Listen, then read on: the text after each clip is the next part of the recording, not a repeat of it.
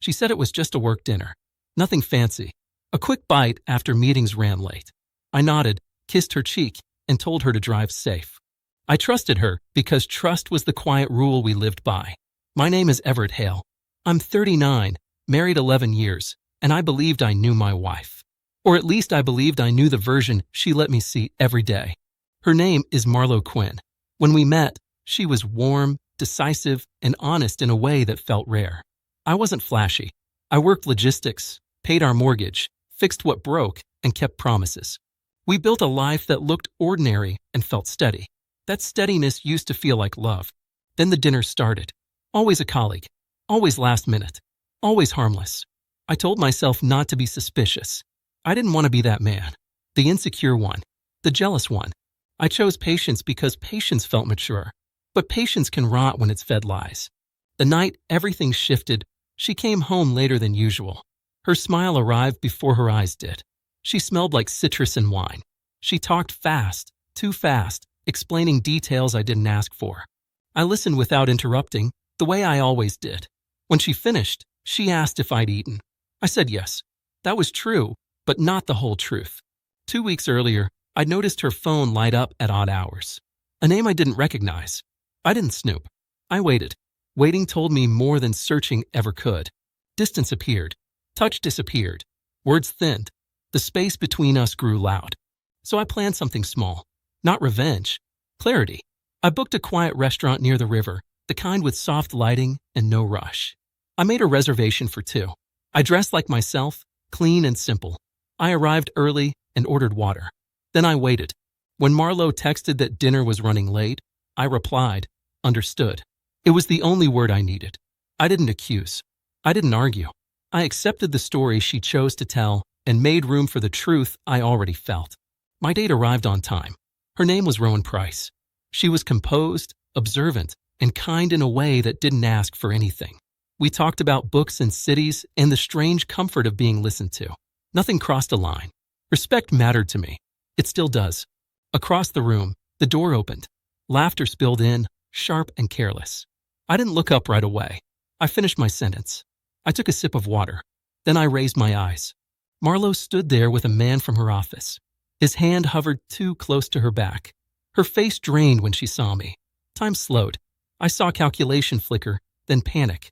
I stood, nodded politely, and introduced Rowan as my guest. My voice didn't shake. I felt steady, almost calm. Marlo tried to speak. Words tangled. I didn't let her finish. I said I hoped her dinner was pleasant and that we'd talk later. The colleague mumbled an apology that wasn't his to give. They left. The room breathed again. Rowan asked if I was okay. I told her the truth. I was done pretending. We finished our meals in comfortable silence. I paid the bill. I thanked her for the evening and walked her to her car. There was no kiss. There didn't need to be. At home, the house felt different, lighter. When Marlo arrived, she cried and reached for explanations. I listened. I didn't interrupt. When she stopped, I told her I knew enough. Trust isn't shattered by one night. It erodes by 1,000 choices. She made hers. I made mine. I didn't yell. I packed a bag and slept elsewhere. In the days that followed, clarity replaced fear. Boundaries formed. Conversations turned honest or ended. I wasn't cruel. I was precise. People think strength looks loud. It doesn't. Strength looks like choosing yourself without spectacle. It looks like walking away from a story that stopped choosing you back. She came home from a dinner and found me on a date. The shock wasn't the point. The truth was. And once truth stands in the room, everything else finally sits down.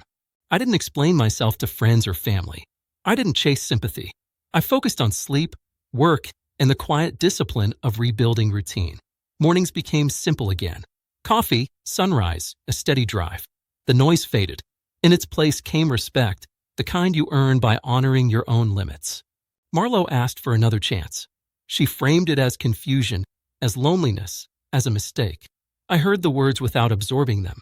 A chance requires trust, and trust requires truth before convenience. I told her I wished her well and meant it. Letting go doesn't require bitterness. Weeks later, I ran into Rowan at a bookstore. We spoke briefly, warmly, and parted easily. That ease mattered. It reminded me that connection shouldn't feel like negotiation. It should feel like alignment. I learned something important through all of this. Love isn't proven by endurance alone. Endurance without reciprocity is self-erasure. Choosing yourself isn't selfish when you've already tried choosing us. People will argue about blame. They always do. I don't participate.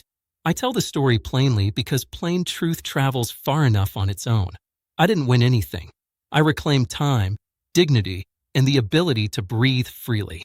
If there's a lesson, it's this. Pay attention when silence replaces care. Notice when explanations arrive before questions. When respect leaves quietly, let it go without drama. The loudest answer I ever gave was a calm one, and it changed everything.